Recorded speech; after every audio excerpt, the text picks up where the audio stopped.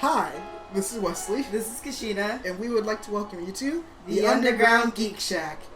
Who is scorching in here, dude? That ain't my fault. I turned the AC on. That sun is always lurking behind us. I know! Oh my god. Anyway, it's great to be back. It's been a while. Yep. Especially for me. Oh yeah. Let's say the last episode had Shane in it, didn't it? Yeah, that one was good. I think that it was. I'm Only sorry. because you have not read the manga that we talked about during that episode. I know. I've heard so many good things about Chainsaw Man, and I'm sad that I haven't read it yet. Well, you'll get to watch it soon because it's getting an anime adaptation. It is? Yeah. Oh yeah. Yeah. Okay. I'll send it to you after the episode.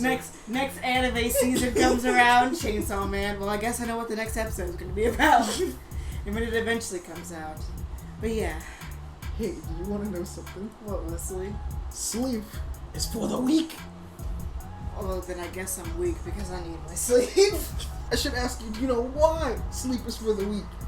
Why is sleep for the weak? I don't know why we do this with our hands. I don't know either. Maybe it has to do something with the main villain of the movie we're talking about today. His little hand gestures. So if you guys haven't caught on already, we're talking about Demon Slayer. Mugen Train, the movie. Oh my god. I have to say, I've put off watching this movie because I remember when it first came out, you were like, hey. Yo, this is gonna be good. I said, I'm gonna go watch the movie. I'm like, cool. And then my boyfriend, I get a message from him. It's like, hey. I was like, yes, babe. We're gonna go watch the movie. I was like, yeah, we can go watch the movie. It never panned out that way. He's seen the movie. You've seen the movie. I only just watched the movie. Yep. And I have to tell you, it shouldn't be called Mugen Train. It should be called the Pain Train. Because I just feel pain.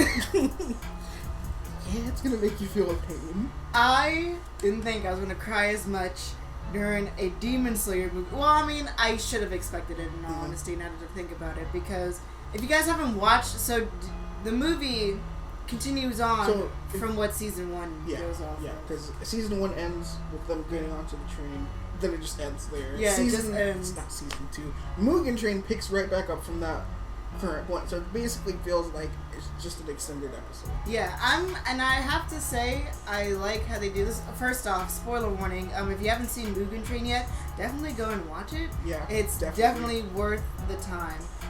You can watch it on Funimation if you have a premium account, which is what I have. And I got it from YouTube. It only costs probably $14 to buy from YouTube. So wait, did you buy it or you bought it, not rent it? No, I bought it. So you own it. I'm buying it so I can keep it. So he bought it off of YouTube for about $14. I have YouTube Premium. Not YouTube Premium. I have Funimation Premium. And that's how I watched it. So yeah, if you want to watch it through Funimation, you can definitely do that. Yeah, either one, it's pretty good. But yeah, back to the actual movie. First off, this is going to double, for me specifically, as two things. One is going to be a review of the movie. 2 is also going to be a review of the English dub. Because when I watched Demon Slayer, I watched it in the Japanese sub. Same. And I've said this before in the past, but I'll reiterate it today. Typically, whenever I start an anime, if I started in sub, most likely I'm going to continue the whole series just in sub. That includes the movies as well. I made an exception for My Hero Academia, because I started it in sub, but I've heard so many good things about the dub that I switched over to dub mid-season 1. Sorry. And I stuck to... No, it's fine. And I stuck to the dub ever since. The only reason why I'm saying sorry was because, halfway through My Hero Academia, I was the one who switched to You said, watch the dub. And I was like, fine, I guess I'll watch the dub. And I watched the dub and I was like, oh, it's actually, pretty good. Yeah. So, specifically for Demon Slayer, I stuck to the sub because the sub was the only thing we had out for the longest time. Yeah. It wasn't until after I finished season 1 that the dub came out. But I listened to the dub and I told myself, these voices don't fit. Because I wanted the voice of Deku to be the voice of Tanjiro. It just fit in my head like that. And I'm not saying that the voices is bad. We're going to talk about the dub real quick and then we're honestly going to go into the review. I'm sorry guys, we're going to sidetrack for a little bit. But, so I have to say, the voice choices for most of the people weren't bad. Rengoku's voice, it was alright. Tanjiro's voice wasn't what I expected, but you know, it still fits. Zenitsu sounds like a coward. He sounds whiny when he needs to be, but he sounds serious when it calls for it. Yep. Definitely fine. Nezuko sounds cute and adorable. Either way, does not matter to me. Her voice fits perfectly fine. I love it. It hurts. I'm sorry. We're gonna get to that in a minute. I'm thinking about that scene. I love it. The only voice for the English dub that I do not like, and it honestly is because it just reminds me of a different character, is the voice of Inosuke. Okay. Why don't you like it? I feel like I'm the one that's interrogating you now. Yeah, you can interrogate me all you want, because I'm going to tell you right now, the voice of Inosuke sounds too much like Billy from Billy and Mandy. Dang. And I'm just, the whole time, every time he spoke, I'm just like, Billy and Mandy I loved, it was my childhood. Same. But it should not fit in an anime. the everything that's happening is so tense and everything. I'm like, yeah, get into the action. Inosuke speaks and I'm like, that little shiver. Oh. But yeah, even the voice of the freaking demon, I loved it. He sounded arrogant, he sounded posh. I wanted to punch him in the face the entire time. I'm like, your voice is perfect, everything is perfect. Except for Inosuke. He sounds too much like Billy and I hate it. But all in all, the movie was good. Yeah, the movie was definitely amazing. Before we get on to the movie, what are your thoughts about the English voices? Because, I mean, obviously you heard my opinion. Yeah. So I want to hear about yours. Because we were in the same boat when we watched it. Yeah. Season 1. Then I had to go back and rewatch all of Demon Slayer. Because my brother wanted to watch Demon Slayer, but he only wanted to watch this dub for it. So then that forced me to go and watch the dub. So you had more time with the dub than I have. I went through select parts. Yeah, I went through select parts. And I was like, it kind of grew on me, and I was like, I'm still more favorable toward the sub. Same. And only because of non-Billy Inosuke. But like, you know, because it still lingered a little bit after you, me, and Shane, you know, us three hosts had watched the teaser trailer and we saw who was going to be voicing as who. Oh yeah. And I was like, you know what? I need to stop leaning on this. But you know, because in any way, the voices that have been cast, I still think are pretty good. And I was like, yo, I'm in this for the long haul. Where my boy Rengoku at? Where my boy Rengoku at? And then, you know, seeing, like, even the demons were good, who voiced as them. Yeah. Like, we have the Lower Moon who got voiced was really good. The person who had voiced as one of the later demons was really good. And I was like, yo, I am hype. And then it got to a point where, like, almost everyone within our movie theater cried. And my brother, my brother didn't cry. Because he fell asleep like a couple times throughout the film. I could see. But it's funny because like he was like, when people started crying, right? He looked around and then he looks at me over here trying to like wipe some tears out of my eyes, and he goes, "Dang, these people crying like Tony just died," and I'm like, "Stop! No, don't even talk about Tony's death." Oh, the freaking MCU is a whole episode in itself. Yeah, but that's what my brother was like, and I was like, you don't realize what this man is. You just don't know, bro. And the only reason why I started crying was because of the quote. And he was like, "Oh, you're only crying because of a quote?" I was like, "You don't understand what that quote means, my boy." It means everything. And then he was like, "How do you even know the quote?" Because back when Between the Lines, that was one of the things I had suddenly the Demon Slayer episode, yeah. Yeah. Oh, this is an emotional movie, and so spoiler alert, Rengoku dies. And I thought you were just gonna straight up save it for the end, like hard hitting action. You're just like, okay, and you just went straight up Rengoku dies. So yeah, we're gonna talk about the story here more in a little bit, but I'm gonna tell them why. The Flame Hashira? The Flame Hashira! My boy! He's such a sweet boy. I honestly love him. He's so She finally understands why every time she would ask me, Wesley, who's your favorite character in Demon Slayer? And I'm like, Rengoku. And then she's like, it needs to be somebody that we haven't met yet. And I'm like, but you have that. I have. And now she sees why I like him so much. I love him. I hate the fact that he's dead so early. We literally just got to know him and he's already dead. I'm so mad, man. I'm so upset. But no. So let me tell you my thoughts going into the movie. Mm-hmm. When I watched Demon Slayer Season 1, it was a little bit sad. Yeah. Like, yeah, the tragedy of Tanjiro mm-hmm. and what he has to deal with and everything. Mm-hmm. That was sad. But, like, I didn't cry. I felt the sadness in my heart. It's like when you hear about the tragedy of Naruto. You know, you're like, that's really sad, but I'm going to be rooting for this character all the way. It was one of those moments for me, right? Mm-hmm. And as you were going to bring up Jiraiya, I was about to be like, now that is the equivalent of Rengoku. But you know what, Jiraiya had so much time to build up to it. We literally just met Rengoku and he dies. But no. So, throughout Season 1, I got sad when you hear about the demons' pasts and whatnot. Yeah. Like, I got sad, but I never cried. Mm-hmm. So, when coming into this, I already knew, due to fan material, mm-hmm. I already knew Rengoku was going to die. I came into this knowing that Rengoku was going to die. I came into it knowing full well that he was going to die. Because you read the manga. Exactly. I knew it because of fan art and stuff like that. I was already spoiled that Rengoku was going to die. And I was like, okay, I'm accepting of this. Rengoku's going to die. Maybe I'll just be sad at that. No, I actually cried. And it wasn't just at Rengoku's death. It was freaking Tanjiro's dream. Mm-hmm. Oh my god, I cried during that. There's multiple points. There were a lot of funny moments within it. Oh yeah, there's like you got Zenitsu's dream. Like, oh my gosh, Zenitsu said, "What are you doing?" So that was. I want to talk to you about that. There's a game that came out in Japan that was re-released in America. It's called Scissor Man. That's a callback to Scissor Man because it was just this man who would walk around chasing after the main character with a giant pair of like gardening shears, and you just every time you'd walk around here, when Zenitsu was doing it, I was like, is this Scissorman? And then you just see him and I'm like, oh my god, it's Scissorman. I hate it and I love it at the same time. It's so stupid. But like, you can understand why Zenitsu was doing that.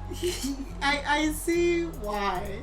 And I hate it. I just still hate it. Oh my god. It's so stupid, but I love it. And then freaking Inosuke's dream. I hate him too. Underlings. Freaking Panjiro. And it was a Konitsu or something like that. It's so stupid.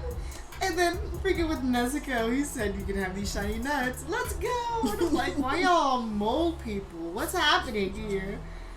But no, I sent you the picture, I do believe, where they were all... in Rengoku's dream? No, not in Rengoku's dream. After they defeated the two demons that were on the train, mm-hmm.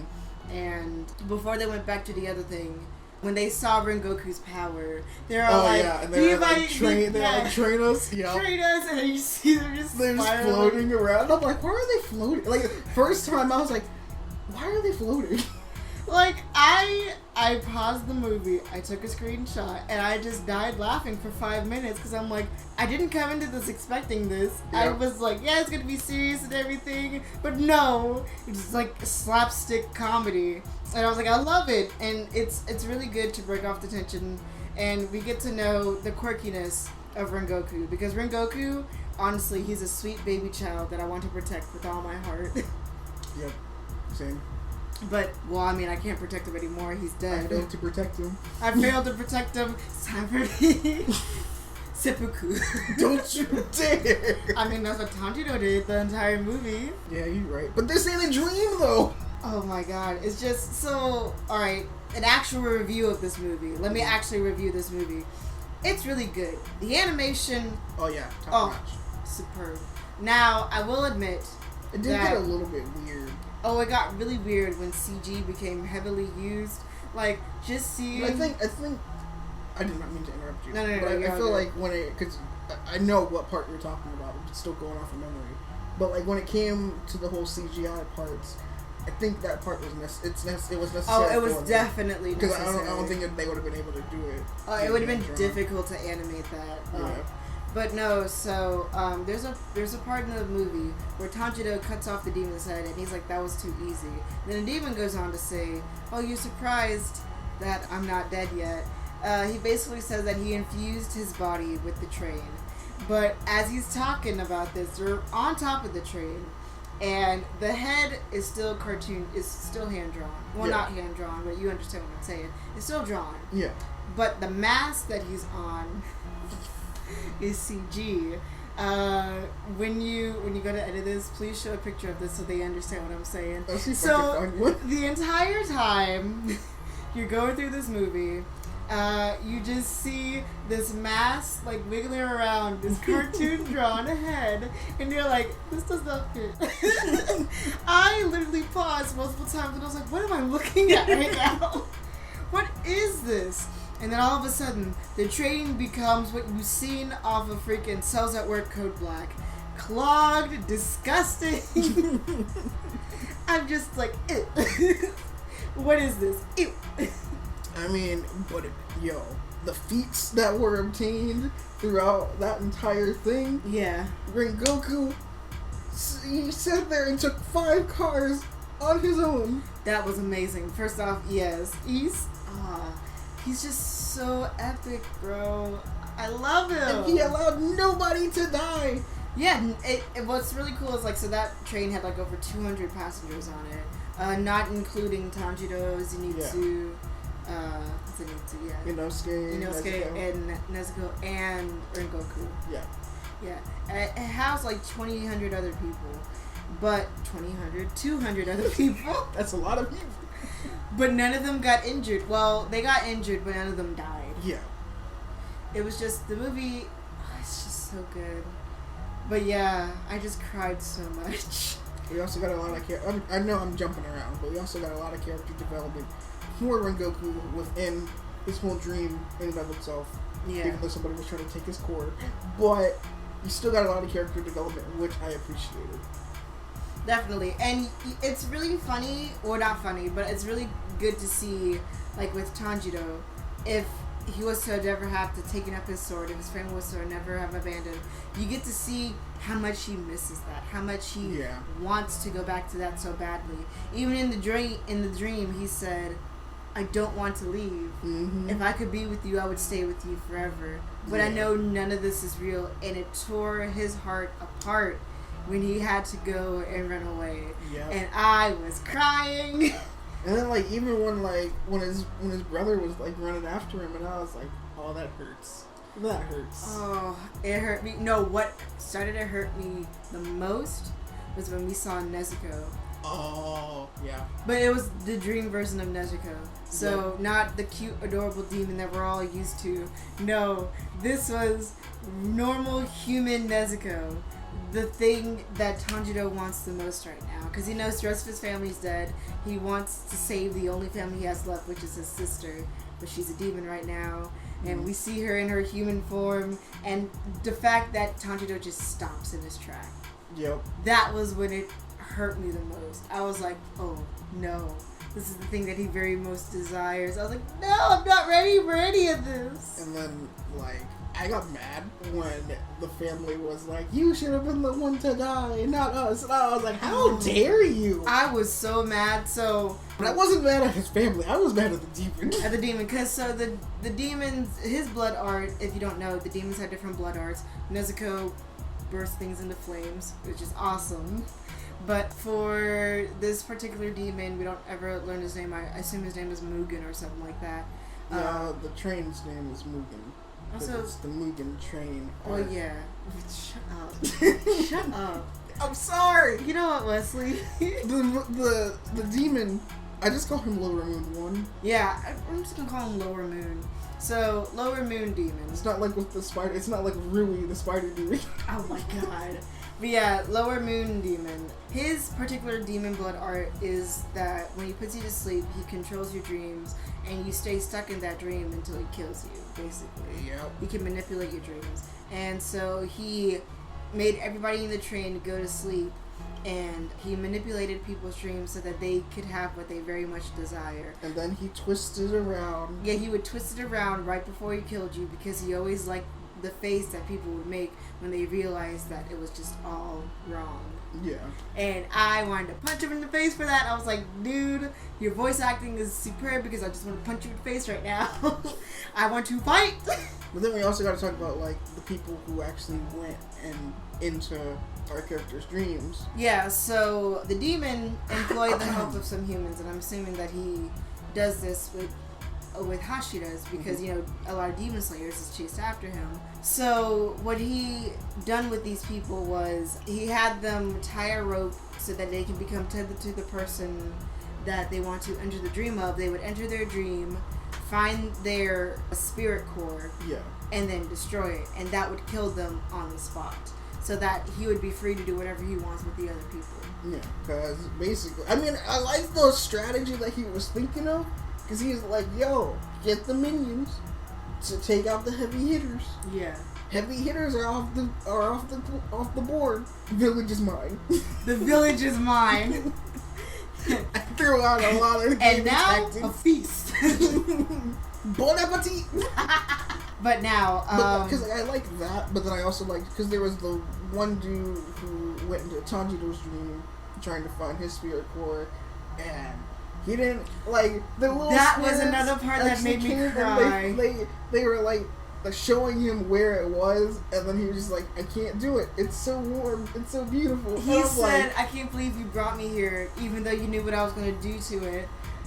Oh my god. And that's only because, like, that's the kindness that's within Tanjiro. He wants to help out everybody, even though he knew, well, he didn't know. Yeah. But, like, even though his spirits knew that dude just wanted to kill him. Yeah. But, like, they were like, well, we're going to help you out anyway. You know, because that's just Tanjiro's personality is, I wish to help you out. Whereas almost everyone else is just like... Everyone else was malice, man. But I liked how freaking... When Tanjiro woke up and they all went after him, he's like, I'm sorry, but I have to defeat you. And they all come, and he simply just... Yep. I mean, because, like, he didn't want to hurt him. He didn't want to. He just straight up knocked him out. He's like, and I'm just like, understandable. No bloodshed today. No bloodshed. And then you find out that the dude has tuberculosis. The one chick, she was like, how dare you do that to him? And then just goes to attack, and I'm like, nah, fam, stay away. You ain't trying to catch these hands. He would he did his fast movement and everything, yep. And they were like, oh crap. And that last girl, she was like, I just love it. Oh my god. But no. So you would think that, you know, maybe because Rengoku didn't defeat the demon train. It was Inosuke and Tanjiro that was the one that killed him. So you're like, how did Rengoku die? Well, plot twist at the end of the movie, and this was the thing that really got me. Mm-hmm. Was the fact that they did not pick one, but two boss fights in here, and it was just epic. It was like, you kill the demon train, everyone is safe. Tanjiro gets stabbed. Before you go on, I know you really want to go on. I know. So when it came to Tanjiro, because Tanjiro in the dream has to kill himself in order to wake up. Yeah. Which isn't really that uncommon, because if you're having a nightmare, the only way for you to wake up is to... Well, yeah. It's said that if you wake up before you die in your dream, you'll be alive. Yeah. And so, Tanjiro has to take himself out in the dream in order to wake himself back up in reality.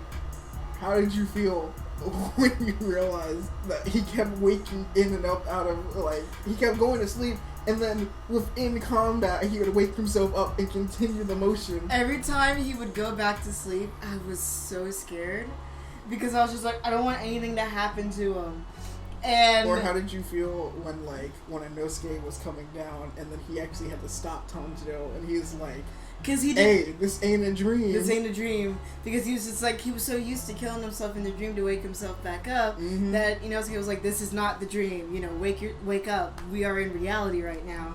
And I'm like, oh my God, because it is true. When you're in a dream, you think everything is real. Yeah. And so for him to constantly be knocked out, woken back up, knocked down, woken back up, and he knows the one way to wake himself back up is to kill himself in the dream, it was just...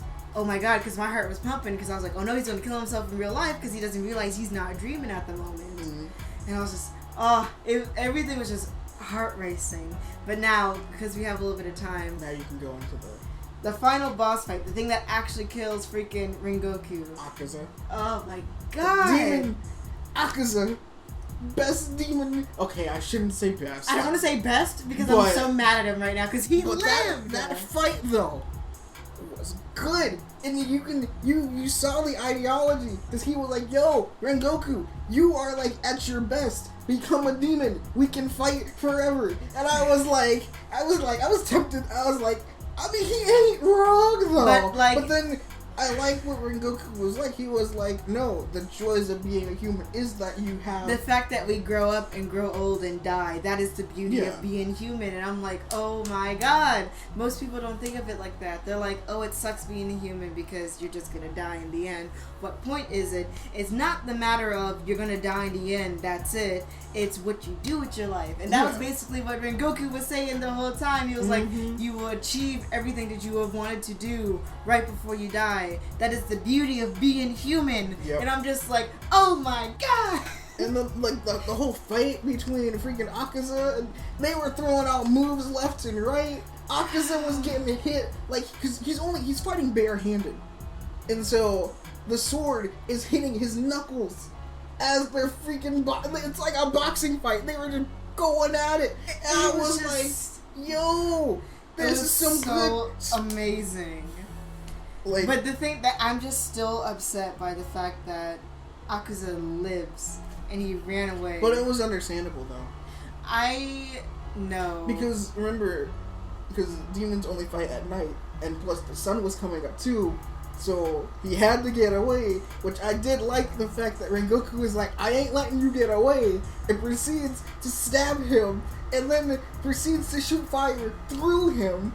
I really thought he was gonna kill him. Like, no, I thought Rengoku was gonna get him, and I was like, yeah, cool. Me too. He was gonna get him, but then he was gonna die afterwards because of all the mortal injuries. And I was like, yeah, no, I was gonna be completely acceptable of that. I already knew Rengoku was gonna die. Yeah. I thought he was gonna take this boy out with him. He said, I ain't going alone. No. He ends up, the demon lives, runs away, which means I'm going to have to see his sorry face later on in season 2 or 3, which is just going to upset me, because I already know what he does. Also, I'll mention one more thing about the movie, and then we'll end the episode. But no, all I know is that, great, now I'm going to have to see him later on in the series. I'm just going to want to punch his face even more. But I still like that quote that he tells Tanjiro, Inosuke, and Zenitsu. I can't remember off the top of my head. But I think he said something along the lines of basically like, always strive to like, be never feel like you're not the best because, I can't remember the exact line. But basically he says, whenever you feel deprived or like, upset about something, just know that I have given you my approval. Yeah. And I was like, my boy! So one more fact, and we'll run a little bit over, that's okay. Yeah. Is... I like what they did with this movie.